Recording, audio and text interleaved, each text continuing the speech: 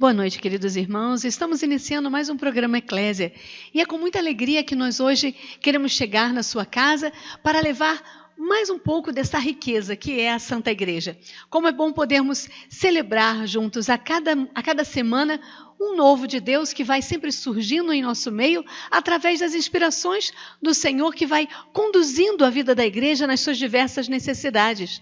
E hoje nós estamos aqui com a presença do diácono Paulinho, Paulo Roberto, olha, vai ficar chique, né? Então, diácono Paulinho, né? Boa noite, diácono, sua bênção. Boa noite, Deus abençoe. Muito bem, então, e também com a esposa do diácono Paulinho, que é a Aparecida. Boa noite, Aparecida. Boa noite, Verônica. É com muito carinho que estamos aqui nesta noite. Muito bom. Então, eles são aqui, esse casal simpático, né, que traz para a gente essa presença de Deus através dessa realidade, né, que quando a gente fala o diácono e a esposa, né, já causa para as pessoas talvez que estão em casa já mostrar, diácono, casado, como é que é isso, né? Paulinho, que é diácono permanente, vem também trazer para nós essa riqueza da igreja, dentro da família, um chamado dentro do chamado, né? Dentro do chamado matrimonial, e que daqui a pouquinho a gente vai conhecer, né? Esse casal que é lá da paróquia, lá de Parada Modelo, né? Que vem lá de longe para poder estar aqui conosco no programa Eclésia, e que a gente vai conhecer um pouco da riqueza, tanto da vida de família, da vida profissional, da vida, né, na educação dos filhos, e tantos temas importantes, né, vinculados aqui a essa realidade do ser igreja e o diaconato permanente, como também essa grande graça que entrou nessa família para também trazer esse serviço a Deus. Então, daqui a pouquinho nós vamos conhecer um pouco mais sobre essa realidade e agora vamos ao nosso Eclésia Diocesana.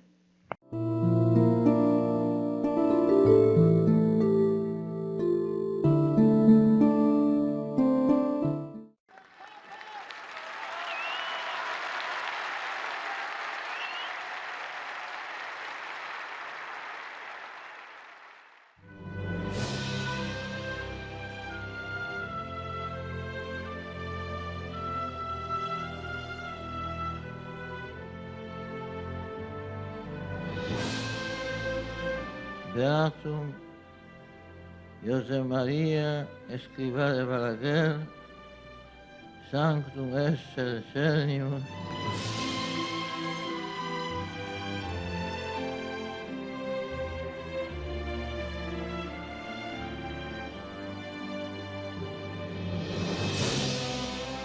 elevar el mundo hacia Dios y transformarlo desde dentro. Aquí el ideal que el santo fundador os indica.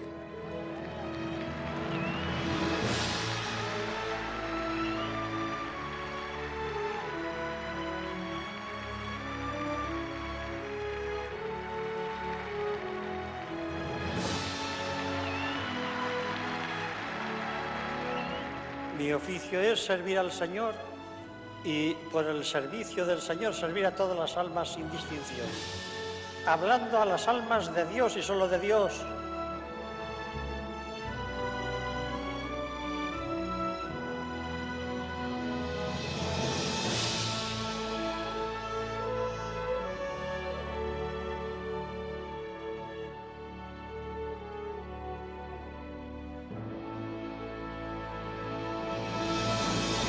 É uma instituição dentro da Igreja Católica que foi fundada em 1928 pelo atual, né, São José Maria Escrivá, que foi canonizado em 2002 por João Paulo II e que procura recordar a todos os batizados que existe um caminho de santificação para o qual todos estão chamados, que é através da santificação do trabalho profissional e dos deveres cotidianos do cristão, né? Recordar o que se viveu na primitiva cristandade, onde as pessoas iam tomando contato com a doutrina de Jesus Cristo, foram se batizando, e onde é que eles viviam a sua fé? Na família, na sociedade, aquela sociedade que era pagã, e que eles, vivendo o cristianismo com fidelidade, com profundidade, foram transformando uma sociedade pagã numa sociedade cristã. José Maria Escrivá is known as the saint of ordinary life. It was Escrivá who founded Opus Dei, meaning the work of God, on the principle that people can find God right in the middle of their everyday lives. Yo no he fundado el Opus Dei. El Opus Dei lo ha hecho, es cosa del Señor. Yo no he sido más que estorbo. ¿Está claro? Jose Maria had a powerful vision that deep spirituality could infuse every aspect of people's lives, and they could love and serve God in their everyday work, with their families and in their friendships. Tú y yo debemos ser rebeldes de los otros, de los que dan soluciones. Soluciones de justicia y soluciones de caridad. Soluciones de cristiano. He was a priest who spent his life teaching ordinary people that living for God is not just for priests and nuns. Sed santos como es santo mi Padre Celestial. Y eso no lo dice solo a los que llevamos estas cosas, ¿eh? Dice a todos, a todos. People of every nation, race, and social condition could live the Christian calling in a new way by striving to be holy in the ordinary circumstances of their lives. A los casados, a las casadas, a los solteros, a los obreros, a los intelectuales, a los campesinos, a todos.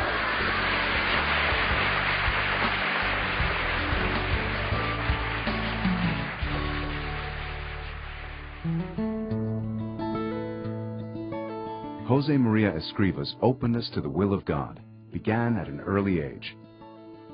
Born into a devoutly Catholic family, Jose Maria would recite all his life the prayers his mother taught him.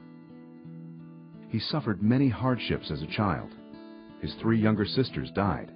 His father's business collapsed, and the family had to move to another city where they struggled to get by. When he was 15, he began to sense that God had a special mission for him. He had dreamed of being an architect, but instead became a priest to be ready for whatever God was asking, praying fervently, "Lord, let me see what you want." During a retreat in Madrid, God showed him what he wanted. It was Opus Dei, a part of the Catholic Church that spreads the remarkable message that a person can find holiness in ordinary life. Father Jose Maria would dedicate his whole life to developing Opus Dei. Whenever he was asked about what happened that day, he would simply respond, "I saw Opus Dei."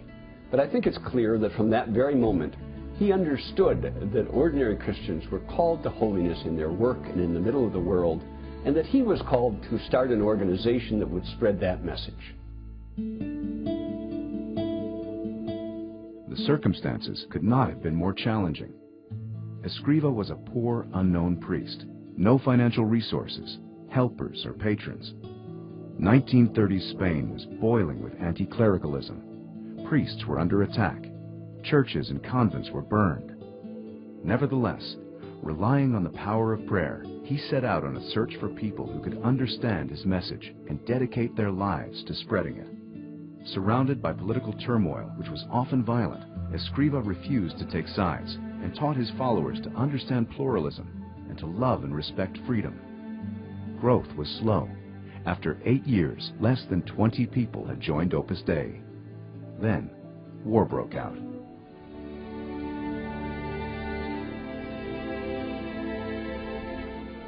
The Spanish Civil War brought even fiercer religious persecution.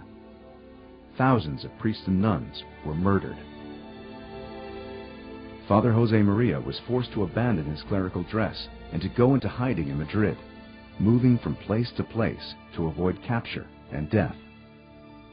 For a while, he hid in an insane asylum, pretending to be mentally ill. Later, he and a few members of Opus Dei found refuge in the consulate of Honduras, where they lived in a single room. During this time, he still ministered to many people, at times risking his life to do so. This was a time of great danger for all priests, but Father Jose Maria felt he could not simply sit out the war in hiding, unable to carry out his priestly activities or work at the development of Opus Dei. So he decided to try to escape to the nationalist zone where religious activities were permitted. In the fall of 1937, Escriva traveled incognito to Barcelona, and from there joined a group of smugglers for a series of dangerous night marches through the Pyrenees Mountains into Andorra. For the remainder of the war, he struggled to re-establish contact with the members and friends of Opus Dei. The Civil War left Spain destroyed. A few months later, the Nazis invaded Poland, beginning the Second World War that devastated Europe. Spain remained neutral, but suffered scarcity of food and extreme hardship. Despite the difficult conditions, Father Jose Maria immediately resumed his activities in Madrid, and Opus Dei began to grow rapidly. It spread to other Spanish cities, and in 1944, 3 lay members, all engineers, became the first priests of Opus Dei. From the beginning, Escriva had seen that Opus Dei would be for all people and for all time. In 1946, he traveled to Rome to seek Vatican approval, so that international expansion could begin. He would live there for the rest of his life. By the mid-1970s, Opus Dei would be flourishing in over 30 countries on 6 continents. Father Jose Maria wanted to personally teach members from all the new countries, so he oversaw the building of a large complex in Rome, where young members could gather and study Christian doctrine, and then return to their countries to spread it, along with the message of Opus Dei. He really threw himself into this battle of formation, as he called it. He spent hours and hours talking with his sons and daughters, and the optimism and confidence with which he did it was truly inspiring. Beginning in 1970, Father Jose Maria made long catechetical trips, where he would meet with large groups of Opus Dei members and their friends to strengthen them in their Christian faith. Es la santificación del trabajo, es decir, a cada cristiano, cualquiera que sea su oficio, que allí donde está puede y debe ser un buen hijo de Dios. On June 26, 1975, he died suddenly of a heart attack and was buried in the Church of Our Lady of Peace in the central headquarters of Opus Dei in Rome. Immediately, people around the world began to pray to him for all their needs. On October 6, 2002, before an enormous crowd in St. Peter's Square, Pope John Paul II declared him to be a saint, referring to him as the saint of ordinary life.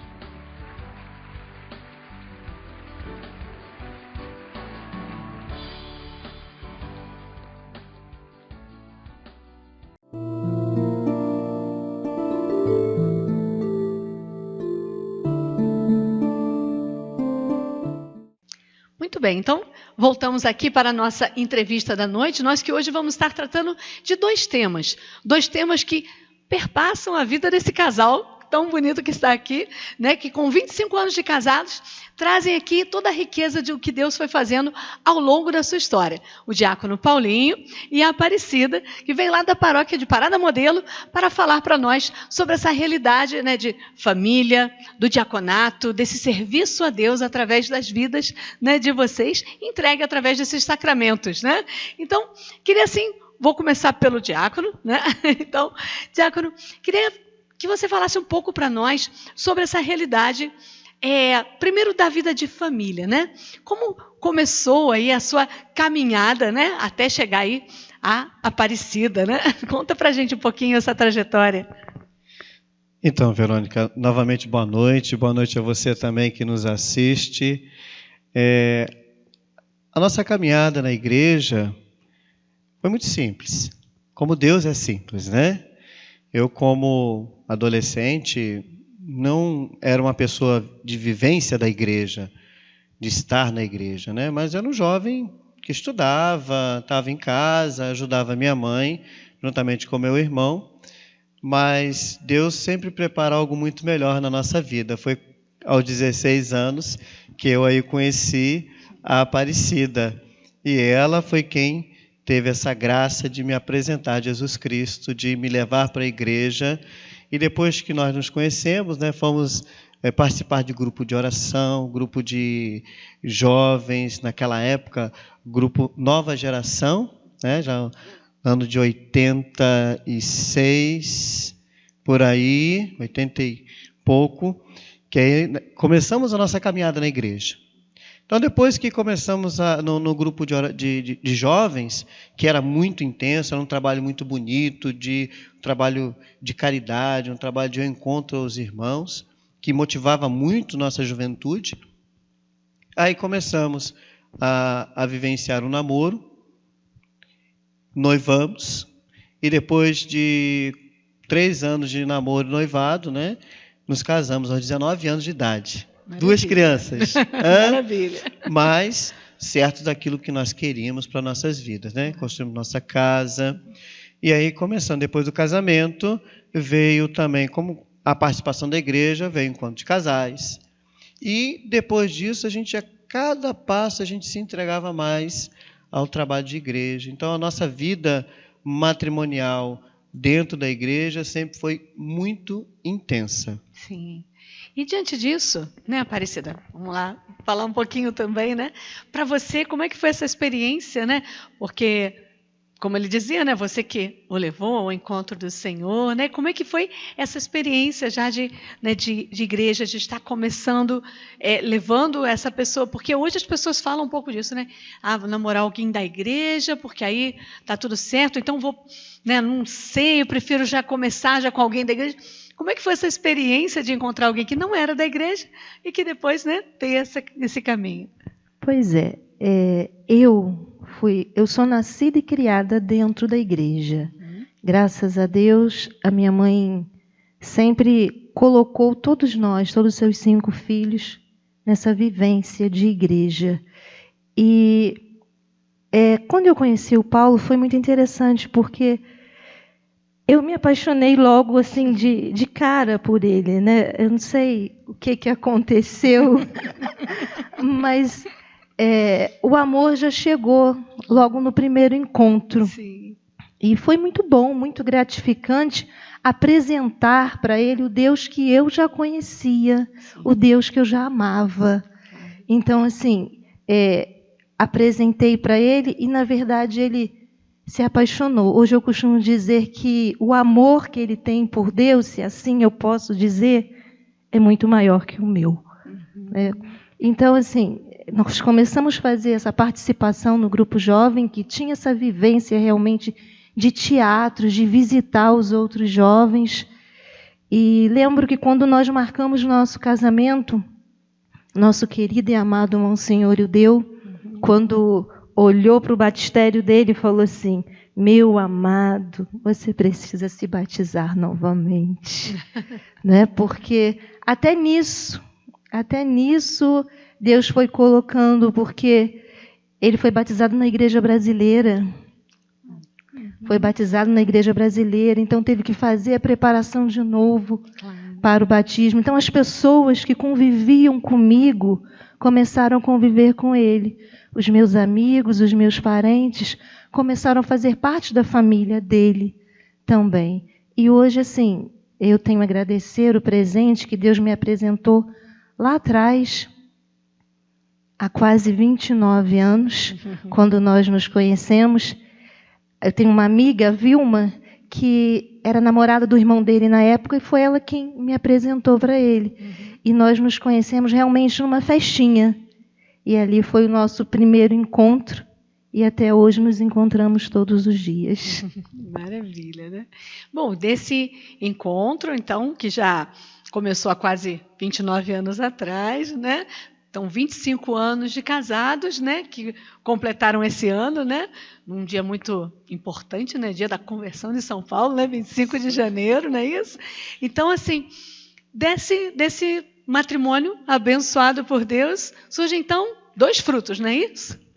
Fala para a gente um pouquinho, Paulo. Isso, surgiram 2 crianças maravilhosas, lindas, frutos do nosso amor. São lindas porque, assim, tem um pouquinho do pai e tem um pouquinho da mãe. Por isso que são lindas, né? E elas, a Neliese, hoje com 22 anos, já está noiva, está se preparando para um matrimônio também. Hoje a Neliese participa, ajuda a coordenar o acampamento juvenil na paróquia, então ela está sempre envolvida. E tem a Maria Paula, que é a nossa caçulinha, com 17 anos, que está coordenando o FAC da paróquia, hoje também está fazendo um curso de enfermagem. Então, as nossas filhas, elas cresceram nesse ambiente de igreja. Então, elas não em momento nenhum ficaram afastadas desse meio de estar na igreja, porque a vida dos pais era estar na igreja. Claro. Então, elas aprenderam muito mais com o nosso testemunho de estar na presença de Deus do que com palavras ou palestras, mas com a nossa vivência mesmo. É o que eu digo para os pais e padrinhos no dia dos batizados. Sim. Os filhos precisam aprender e ver o testemunho de seus pais. Aí sim, isso é que vai marcar e dar rumo para a vida dos nossos filhos. E são duas meninas que nos dão muito orgulho. Sim. Obedientes, carinhosas, presentes, sabe? Então, são duas filhas que só nos dão orgulho. Estudiosas, gostam de estudar. A mais velha fez gestão ambiental, terminou o curso de alemão, agora está fazendo inglês. A mais nova está com um projeto de medicina, quer entrar na faculdade de medicina, está fazendo enfermagem, está indo super bem no curso de enfermagem. Então, assim, elas... E tem essa presença, esse amor enorme por nosso Senhor. E isso é a parte principal. É verdade, né? Isso foi cultivado desde pequeno, né, Aparecida? Como é que era a missa? Ir à missa com as crianças. Conta pra gente um pouquinho aí desse desafio. Pois é, meus amados queridos que estão nos assistindo, ir à missa com os filhos às vezes é um grande desafio, né? Porque as crianças correm, as crianças fazem bagunça, a gente vê o olhar meio torto do outro, que às vezes não entendem, que quer realmente ficar ali bem concentrado, mas nós não podemos deixar de levar os nossos filhos para a igreja, de ensinar esse caminho, ir à casa de papai, né? Isso. Assim Paulo costuma dizer, lá é a casa de papai, é o melhor lugar. E se a gente quer dar o melhor para os nossos filhos, devemos começar por ali. E a missa com a Aneliese era uma comédia, era assim, complicado, porque a Aneliese era muito agitada, uma criança que corria muito, não parava. Costumávamos dizer que ela tinha pilha Duracell. E, assim, não adiantava brigar, não adiantava fazer cara feia, beliscar. Às vezes eu beliscava. Mas ela falava, não belisca, mamãe. Aí eu desisti de brigar, de fazer essas coisas. Então, nós íamos à missa de manhã, em parada modelo, e um participava da Santa Missa e o outro corria atrás da Aneliese. À noite, né, amor? Subimos na nossa bicicleta, ele nos carregando, a Aneliese na cadeirinha e eu atrás, e íamos para a missa em Guapimirim. Sim. E quem participou de manhã era o esquema de revezamento. Sim. Ia correr atrás da Aneliese e o outro ia participar, mas nós não deixávamos de levá-la para a igreja. Claro. Tínhamos até a opção de deixá-la com a minha mãe, né? Porque minha mãe, sempre muito solícita, já tinha ido à missa, já tinha feito a parte dela. Não, quer deixar agora para vocês irem os dois sozinhos? Não, a Nê vai com a gente. E a Nê brincava 2 missas. Era assim que acontecia com a Nê. E com o tempo, ela foi aprendendo, foi melhorando, mas levou tempo. Claro. Mas nós não desistimos de apresentar Jesus para a Aneliese desde pequena. E Maria Paula não. Maria Paula já sempre gostou de ir à missa, sentava, queria o folheto para ler, de vez em quando no meio da missa saía um amém, e todo mundo ria, achava graça, mas Maria Paula sempre foi mais tranquila. Né? Esse desafio é muito importante, né? Porque muitos pais têm esse grande dilema, né? Ai, será que eu levo? Não vou deixar com alguém, não quero atrapalhar ninguém. Só que é um momento muito educativo para a criança, né? Ela aprender a se comportar naqueles ambientes. E claro, é uma renúncia, né? Uma renúncia, e que aí vocês conseguiram um revezamento perfeito para dar tudo certo, todo mundo participar bem da missa, né? Isso é muito legal. Paulinho, você falava dessa questão profissional das filhas, né? Que já estão aí caminhando, né? Na sua formação pessoal, né? E tudo. E na sua vida profissional, vamos falar um pouquinho também sobre isso, né? Você, profissionalmente, qual é a sua profissão, né? Fala pra gente, conta pra gente os desafios profissionais de hoje. Eu começo falando que o trabalho diaconal é totalmente caricativo. Ou seja, é uma doação plena à igreja, a Nosso Senhor. Então, o diácono permanente, ele precisa trabalhar. Ele tem uma família para manter, tem os filhos, então ele tem que manter essa casa para que ela conduza bem. Inclusive, para ter um diaconato frutuoso, precisa também fazer com que a família também tenha frutos, seja bem cuidada. Bom, depois que nós nos casamos, né, já tinha encerrado o ensino médio, naquela época, em segundo grau, e sempre sonhei em fazer faculdade. Eu trabalhei até ano passado na fábrica em Parada Modelo, fábrica de papel. Foram 24 anos trabalhando em fábrica.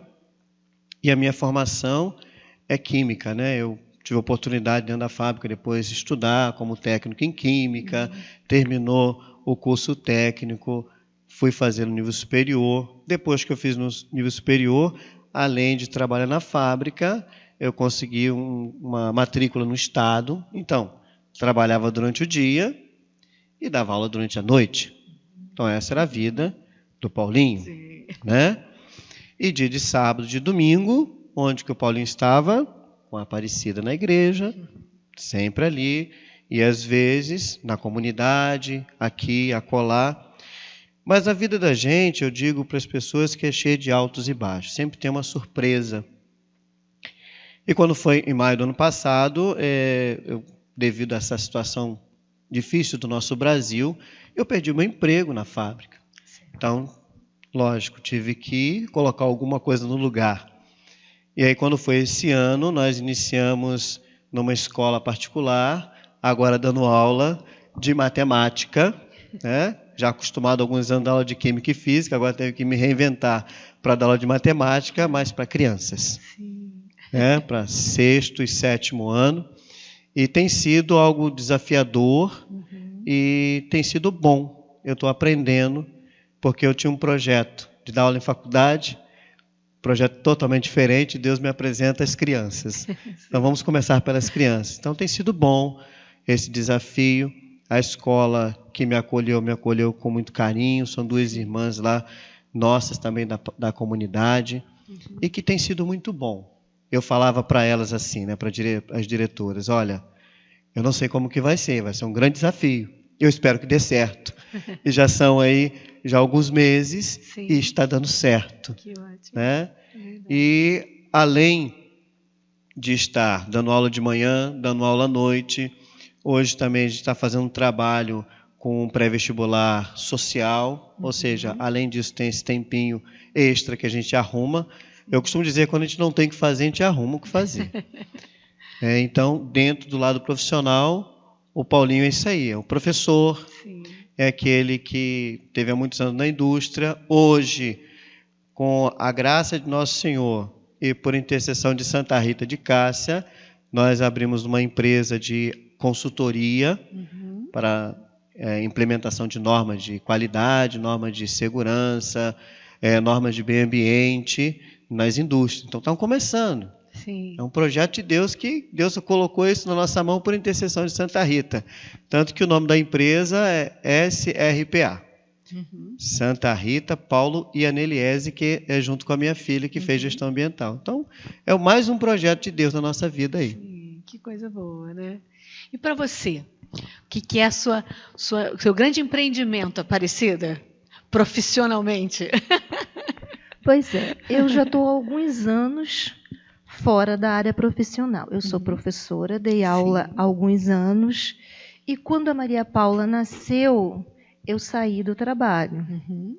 E depois disso trabalhei em algumas coisas, mas eu sou revendedora autônoma. Tínhamos uma loja de artigos religiosos lá no centro de Parada Modelo, né? Aparecida, artigos religiosos. Também tivemos que fechar por conta da crise, mas Deus sabe todas as coisas, sabe, Ele vai além, sonda nossos corações e sabe assim, Aparecida, fecha aqui, porque você vai precisar estar ali integralmente. Então, fechamos a loja. Eu hoje não trabalho fora, né? Só sou dona de casa, maravilhoso, né? Mãe, esposa, cuido, eu digo assim, do nosso diácono, porque esse diácono ele é nosso, né? De toda uma comunidade, às vezes de todo um decanato, eu tenho que dividi-lo com o decanato, mas eu hoje sou mãe, sou esposa, sou irmã, eu tenho 3 irmãos que nós cuidamos, são os nossos presentes de Deus. Minha mãe faleceu, vai fazer 9 anos. Né? Então, nós cuidamos também dos meus 3 irmãos. Sim. Então, o meu projeto hoje de vida mesmo é cuidar e amar a minha família e levá-los cada dia a estarem mais perto do céu. Claro. Porque hoje é tão difícil, né? A exemplo dos pais de Santa Teresinha, Zélia e Luís, que eram pais mais dignos do céu do que da terra. Então, eu tento ser uma mãe mais digna do céu do que da terra para as minhas filhas, e uma esposa também, uma amiga, uma irmã. Né? É isso que eu venho buscando no meu dia a dia. Buscar levar a minha família, né, para mais perto de Deus. Assim, Verônica, porque lá em casa nós falamos de mim, da Aparecida, da Neliese, da Maria Paula, mas nós somos em 7. Sim. Porque nós temos, além de nós 4, nós temos nossas 3 bênçãos lá, que é a Tete, a Lena e o Messias, que são especiais, que nós cuidamos. Né? Então, a nossa vida familiar, então hoje é muito necessário que a Aparecida fique em casa. Claro. Né? Lógico que quando tem uma festa na paróquia, tem um evento, tem um movimento, a gente vai lá e corre, coloca também os produtos religiosos lá para ajudar na renda familiar. Também tem esse trabalho nosso, então, que a gente trabalha junto nesse trabalho que também ajuda a evangelizar as pessoas. Então, a nossa família é isso aí que eu estou falando para você. Somos 7. Né? O número da perfeição na Sagrada Escritura. Aí. Coisa boa, né? E dentro de toda essa dinâmica, né? Você que está, de repente, aí pegou a entrevista já começada, assim, mas o que eles estão falando, né? Qual é o tema dessa noite, né? E a gente aqui está falando do tema da família e também agora vamos falar um pouco do tema do diaconato permanente, né? Nós que fomos aqui chegando dentro dessa realidade, estamos aqui com Paulinho e Aparecida, que são lá de Parada Modelo, que vivem essa vida dedicada realmente ao Senhor, dentro daquilo que realmente é um sonho de Deus. Primeira coisa, a família, que é um grande sonho de Deus, sendo realizado, né? E hoje, aqui também, realizando esse outro sonho de Deus, que é esse chamado do diaconato dentro, né, da família. Fala para a gente agora um pouquinho como é que foi esse chamado, né? Que não é um chamado para o marido, mas é um chamado para a família, né? Porque no caso do diaconato permanente tem essa diferença, né? A esposa tem que autorizar também esse caminho, né? E por isso começam juntos até esse discernimento, né? Fala para a gente um pouquinho sobre isso, Paulinho.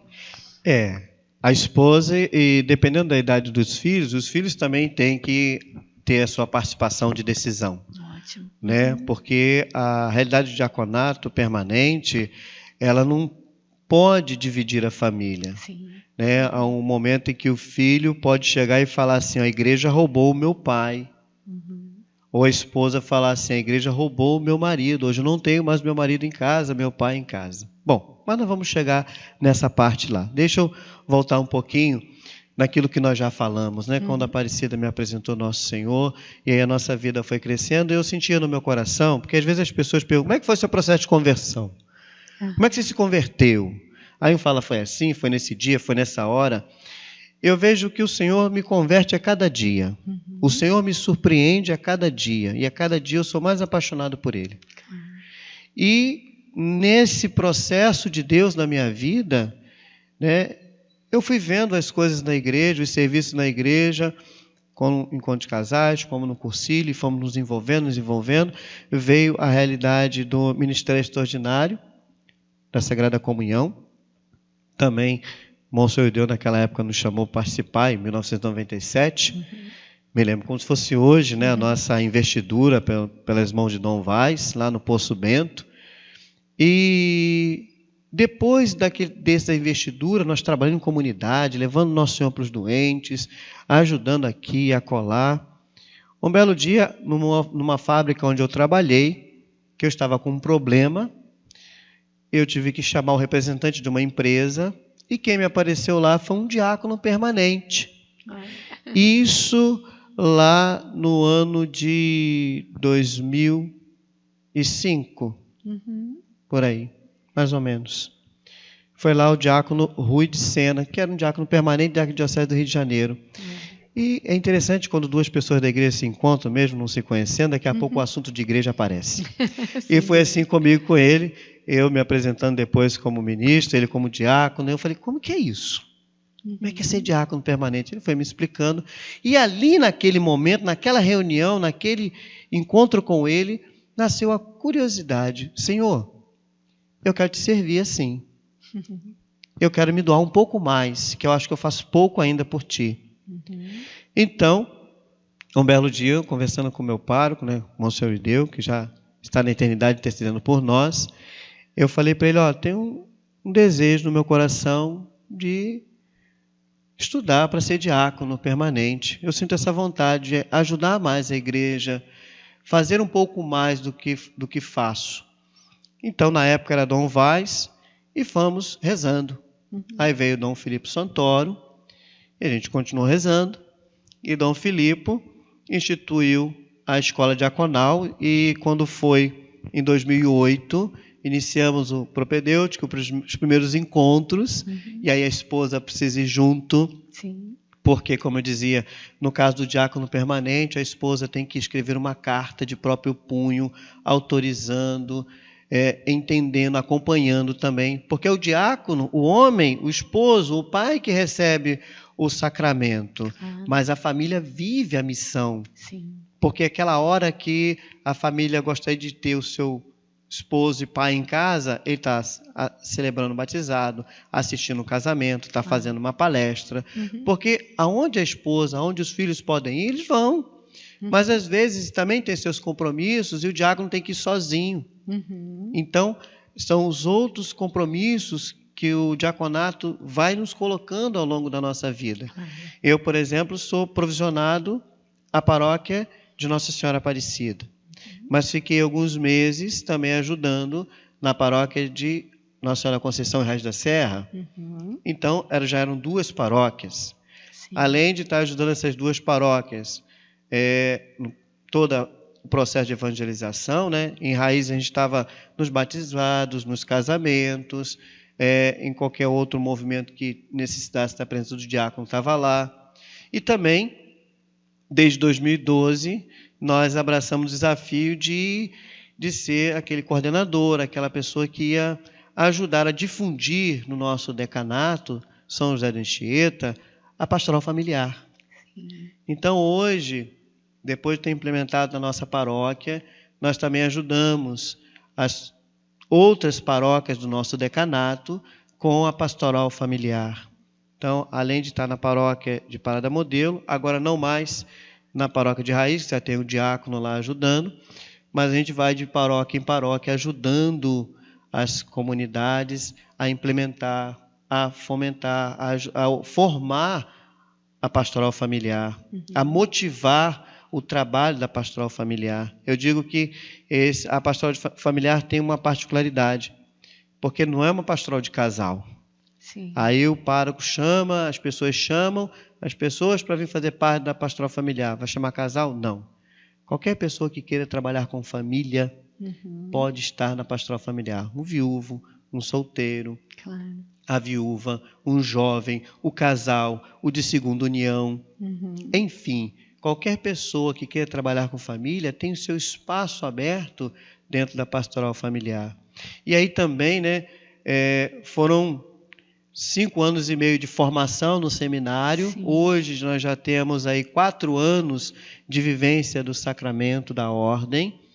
Hoje também como secretário dos diáconos da nossa comissão diocesana. Então são vários trabalhos que a gente tem desempenhado, tanto na paróquia, tanto no nosso decanato, quanto também na nossa diocese. Estive algum tempo atrás aqui em Correias também, ajudando, formando aqui com a pastoral familiar, momento de auxiliar, de dar subsídios para que a pastoral familiar continue forte, para que a família seja defendida. Então, o meu ministério tem sido muito voltado para a família. Ajudar as paróquias nesse trabalho, de formar as famílias, ajudar as famílias a se manterem unidas, principalmente em nosso Senhor Jesus Cristo. Claro, verdade. E a gente, bom, dentro desse grande tema, né, aí que a gente vai vivenciando, é lógico que há diversos desafios, né? Qual foi assim, o maior desafio familiar para você, né, Aparecida, aí diante desse chamado, né? Quando você se viu, né, dentro desse chamado de Deus, porque, como ele dizia, né, o chamado, quem responde, mas é um chamado que envolve toda a família. Qual foi o seu maior desafio nesse sim? Assim, como eu falei, o Paulo, ele se apaixonou por Jesus e ele se doa realmente de corpo e alma por esse Deus. E eu costumo dizer que eu sou e quero ser sempre a sombra dele. Porque ele, graças a Deus, ele tem o dom de falar, ele tem sabedoria do Espírito Santo, que a gente vai orando e pedindo isso, e eu fico um pouco mais escondida, um pouco mais na minha. Então, assim, desafio para mim é realmente acompanhá-lo, estar com ele e ser suporte. Suporte no sentido que quando ele sai, quando ele voltar, eu vou estar ali. Quando eu posso, eu vou. E é realmente um desafio todos os dias, porque eu costumo dizer, o marido é meu, o esposo é meu, mas o diácono é nosso.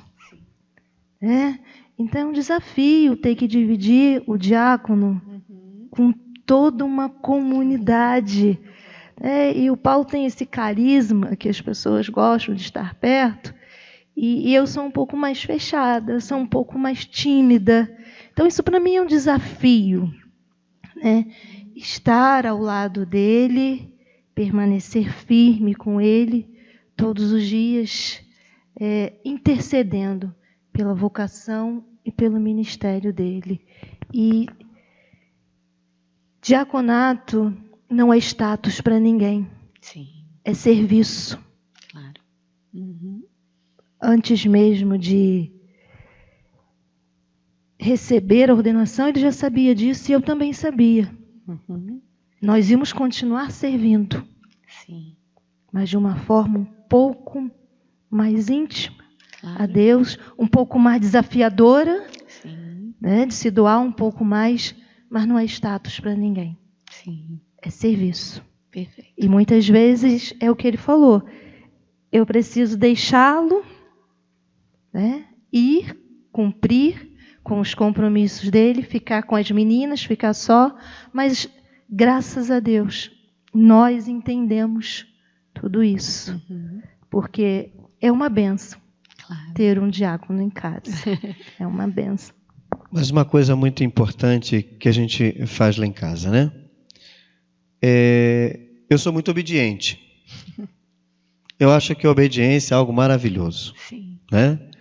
E falo isso para minhas filhas também. E falo para ela, olha, você sabe aonde eu estou, o que eu estou fazendo, a hora que eu sair e a hora que eu volto. Até mesmo para a gente marcar esse encontro, eu falei assim, podemos marcar? Não marco nada na minha agenda sem falar assim, olha, tem esse compromisso aqui, paróquia tal está pedindo isso. E como é que faz? Podemos? Eu posso? Então é muito importante. Claro. Eu não decido nada sozinho na minha vida. A decisão é nossa. Sim. Lógico, o diácono é quem vai. Mas é a família que decide juntos. Então, acho que isso ajuda muito na vivência do diaconato permanente junto à sua família.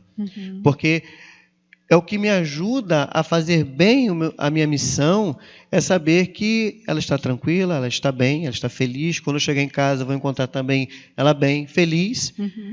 Eu não vou ter aquela preocupação que eu vou encontrar a esposa com a cara emburrada, ou que eu demorei demais, ou que isso. Não, porque foi acordado, está tudo certo. Então, essa participação da família é fundamental. Sim. Minha filha hoje me perguntou, pai, dia tal você vai fazer o quê? Deixa eu olhar, filha. vou estar no FAC com você. Ela ficou feliz da vida. É assim. Claro. E, além de todo esse trabalho que eu falei para você, da escola, dos outros trabalhos sociais que a gente faz, os trabalhos nas paróquias, tem que ter tempo para a família. Claro.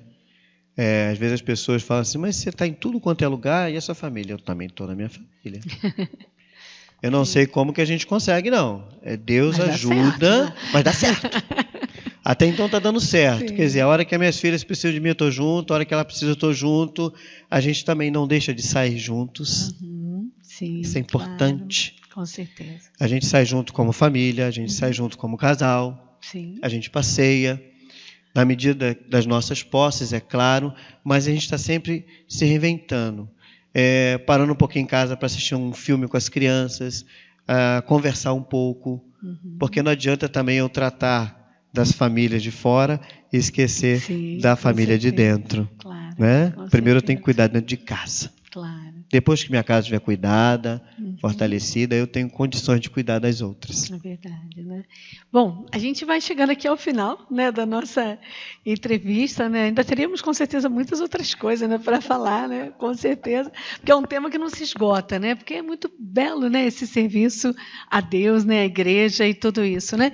Então, assim, daqui a pouquinho eu queria que vocês falassem também, a gente conversava um pouquinho antes de começar a entrevista, né, sobre alguns momentos marcantes, assim, né, que já foram assim dessa missão, né, dessa missão como diácono, né, essa missão evangelizadora, coisas bonitas assim que poderíamos compartilhar um pouco, né, com as pessoas que vão estar nos assistindo, tá bom? Mas aí a gente para por aqui um pouquinho, tá? E daqui a pouquinho a gente volta também para uma mensagem final, tá certo? E agora então nós vamos ao nosso quadro Aconteceu.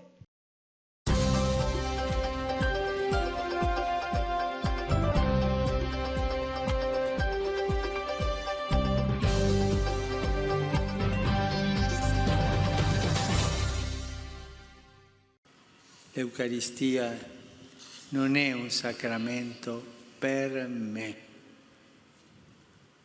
è il sacramento di molti che formano un solo corpo, il santo popolo fedele di Dio.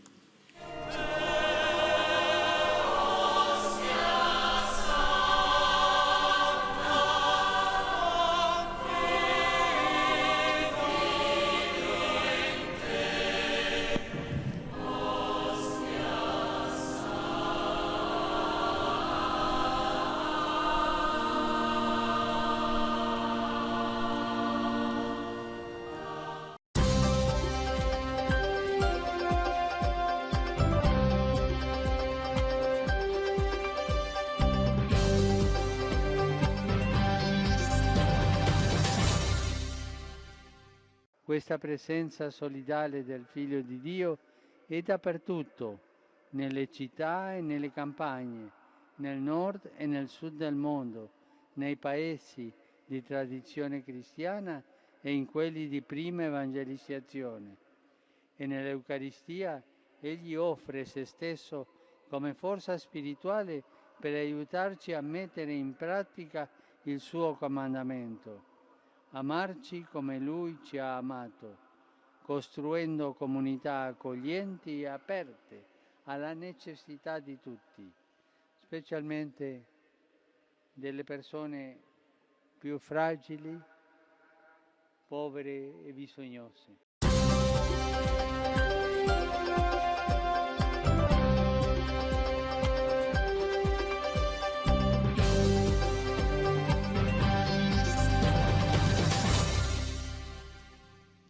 Muito bem, então já chegando aí ao nosso momento final, né?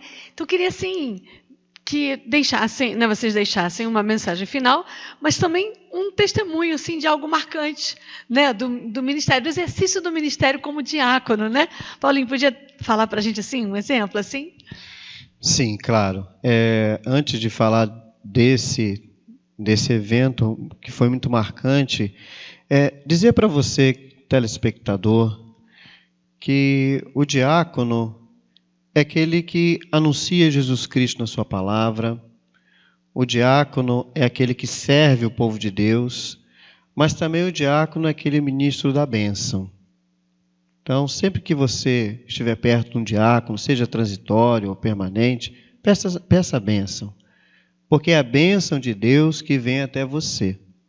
No meu ministério, eu tenho me realizado muito celebrando os batizados, assistindo os matrimônios. Nós fomos até em Irajá esses dias, na igreja mais antiga do Rio de Janeiro, Nossa Senhora da Apresentação, para assistir um matrimônio de um casal, que foi uma celebração belíssima. Mas algo que me preenche muito no meu ministério é a adoração ao Santíssimo Sacramento e a bênção. Porque ali é o próprio Senhor que abençoa os filhos, as filhas. E Jesus olha para dentro dos seus filhos e os cura. Que inclusive foi uma experiência com a comunidade Marta e Dolorosa de Jerusalém, né? Onde eles estavam lá em Raiz da Serra, numa semana de evangelização, numa comunidade, e me chamaram para fazer um encerramento. Esse encerramento seria numa praça, com adoração, com bênção do Santíssimo. O tempo não nos ajudou muito, fomos para dentro da capela, mas o Senhor tocou meu coração. Falei, vamos para a rua. E aí, com todo o amparato, né, com o palio, com tudo certinho para ir com o Senhor nas ruas, o Senhor me falou assim, vamos visitar os doentes? Aí eu perguntei para o Alexandre, né, da comunidade, disse assim, vocês visitaram alguns doentes? Visitamos. Então, me leve até esses doentes. E nós fomos entrando, Verônica, nas casas, acordando alguns doentes, né, algumas pessoas idosas, colocaram roupa, mas felizes, porque estavam tendo a visita daquele que é o Senhor. Uma senhora que tinha lá um violão na cabeceira da sua cama, sobre sua cama, se emocionou muito por ter a presença de Jesus na sua casa, muito humilde, como foram outras visitas, descendo ladeira, subindo ladeira, passa por aqui, passa por ali, por becos, bares foram abençoados, para que o Senhor pudesse entrar, não no lugar, mas nos corações. Então aquela experiência para mim foi marcante, porque o Senhor pôde ir aonde muitas pessoas não querem ir. É lá que Jesus Cristo quer ir. Então é assim, a vida do diácono é levar o nosso Senhor em todos os lugares. É aquele que consegue levar Jesus Cristo no seu trabalho, nas escolas, nas esquinas, nas ruas, em qualquer ambiente, nas indústrias, para que Jesus seja mais conhecido e mais amado. Então essa foi uma experiência que me marcou muito e que me deixa muito feliz, porque as pessoas tinham um brilho no olhar, ao ver, não a figura do diácono, não, ao ver nosso Senhor Jesus Cristo entrando sacramentado. Casa, né? Isso. Então foi uma experiência muito bela. Muito bom, muito bom. Aparecida, antes da gente receber essa, né, a bênção final, queria que você deixasse uma mensagem final, né? Você que já deixou para a gente essa beleza dessa figura intercessora, né, de esposa e mãe, né, aí, né, para a gente, e que dessa mulher que está ali, né? Eu diria não à sombra, mas pelo contrário, né?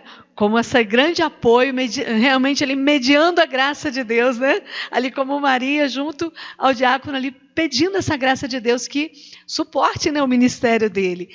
Fala para a gente essa mensagem final que você deixa para o nosso povo, para a família que está nos assistindo, né? Quem sabe algumas esposas de diáconos ou, né, ou até futuras esposas estejam nos assistindo. Deixa a tua mensagem final para o nosso povo. Bom, eu queria agradecer o convite, né? Foi com muito carinho que nós recebemos este convite para partilhar um pouco da nossa vida, do que nós vivemos, porque não é nada de extraordinário. É o que nós fazemos no dia a dia. Simplesmente querer servir com a nossa simplicidade, com o nosso coração. E assim, terminando o nosso tempo aqui, eu queria dizer que ser família é bom demais. Que é sempre bom lutarmos pelas nossas famílias. Hoje em dia está tão difícil, tão complicado, mas não desistam. É muito bom. Não desista dos seus filhos. Às vezes você em casa está passando por um problema, por uma dificuldade tão grande com seus filhos. Não desista dele. Vale a pena. Seja uma mãe que ore pelos seus filhos.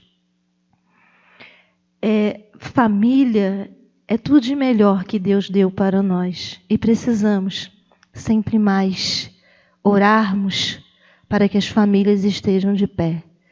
Pai e mãe de joelho, famílias de pé. E assim, o ministério do diaconato é serviço. Não é status, não é aparecer, é estar cada vez mais a serviço daquele que precisa. Daquele que precisa de uma palavra, daquele que precisa de um carinho, daquele que precisa se encontrar um pouco mais com Deus. Então, assim, é uma bênção ter o nosso diácono, o nosso diácono Paulinho, o meu esposo Paulo, ele é uma bênção para todos nós. E eu agradeço a Deus todos os dias por ter me dado esse presente para chegarmos juntos à eternidade. Obrigada. Amém. Muito obrigada, Aparecida, pelo carinho, pelas palavras, pela presença, tá? Pelo teu sim. Muito eu obrigada, que agradeço. Viu? Deus Imagina. abençoe. Paulinho, a benção final, desse momento, Também, se tiver alguma palavra final também para o nosso povo, tá? Sim, primeiramente agradecer ao convite da comunidade para esse momento, de poder falar um pouquinho dessa realidade do diácono, da família do diácono, e rogar cada vez a Deus por vocês, por essa comunidade, para que vocês simplesmente a cada dia sejam apaixonados por nosso Senhor. E aí tudo mais acontecerá. Então, meu obrigado pelo convite, por esse momento, e que muitas pessoas possam amar mais a Jesus Cristo através desse nosso testemunho de vida. É isso que a gente quer. Nada de extraordinário. É simplesmente amor.